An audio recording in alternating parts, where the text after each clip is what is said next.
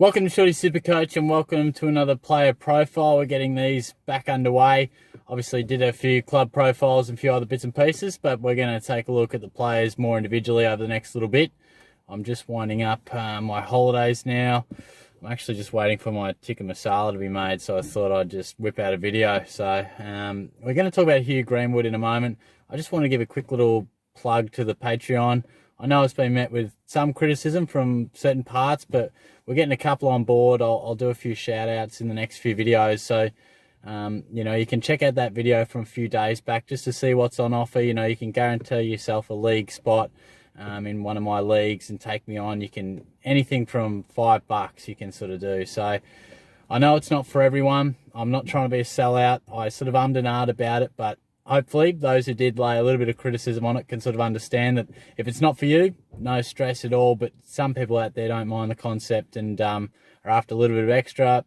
I'm just going to give it, probably the pre-season. I'll see who jumps on board. If it's not that popular, I'll ditch it. But the main thing I want to stress is nothing will change from what I've done previously. So it's not like you got to pay anything to get what you used to. It'll all be the same. It's just for those who want a little bit of extra. But Hugh Greenwood, as I said, I'm just waiting for me tikka masala to be made, so I haven't got any notes, but I've done a fair bit of looking into him over the preseason already.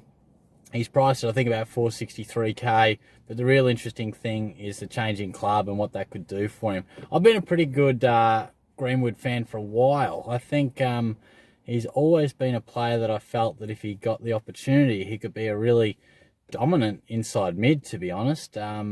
He's always seemingly been behind Sloan, the Crouch boys, and there's always been a few other mids that have been a touch ahead of him at Adelaide.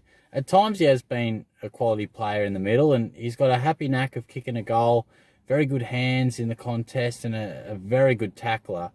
But he's also taken some stellar marks up forward, and he's played in the forward line a little bit too. So while he has averaged solid numbers, going to Gold Coast, surely we'll see him take much more responsibility through the middle.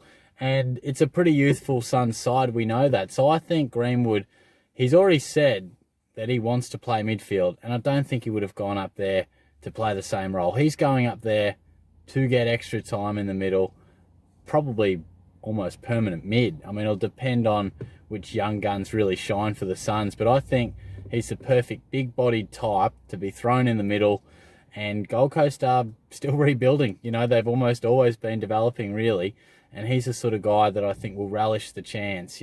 Off the top of my head, I think he's averaged about 86, 85, and 84 in some order in his 3 seasons. Obviously, he came across late to footy. He's about 27, I think. So, and he's averaged some big numbers in the middle, 4.5 clearances across his whole career.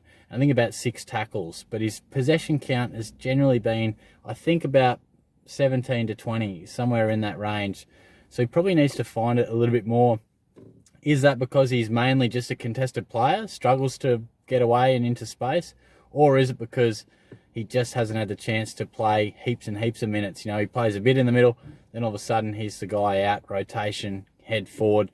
I can really see him at Gold Coast being majority played through the middle and a big body in there, really laying the tackles hard in amongst some youngsters, talented youngsters. But Greenwood, he's not the most talented bloke in the world. He's not a beautiful kick, but what he does do is tackle super hard, and he is a clearance king. He really is very, very good in the clearance. I think he's underrated at that. Gets great hands out of the contest, and that's his bread and butter.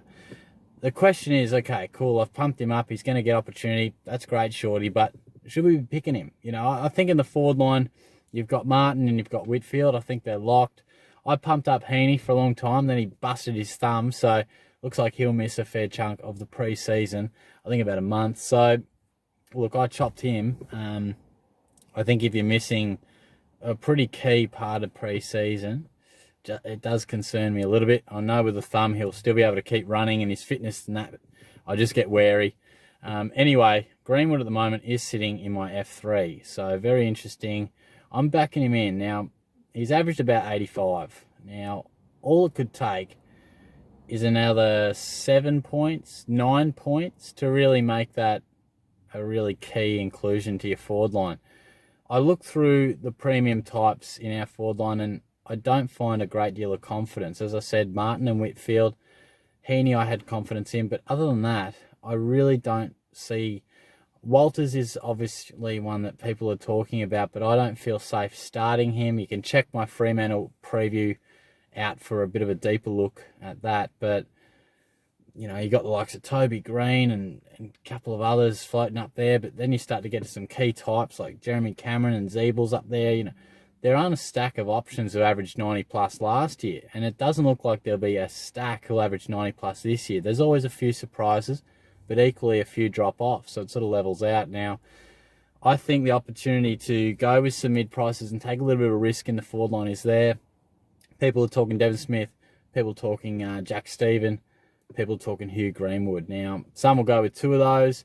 I doubt many will go with all three, but some may. But I think everyone should probably go one. I think that's just how it's sort of panning out. Structurally, it looks like that's what most people are rolling with. You've got to find a mid-pricer somewhere, generally speaking.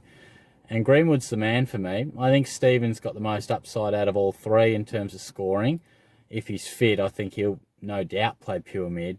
But I just think Greenwood, if he has an injury-free pre-season and we get shown enough through the practice games that he is going to play through the guts, I really see no way that he can't boost his average by minimum 5 points. Minimum 5 would take him to 90. And if he averages 90, it's not a disaster of a selection.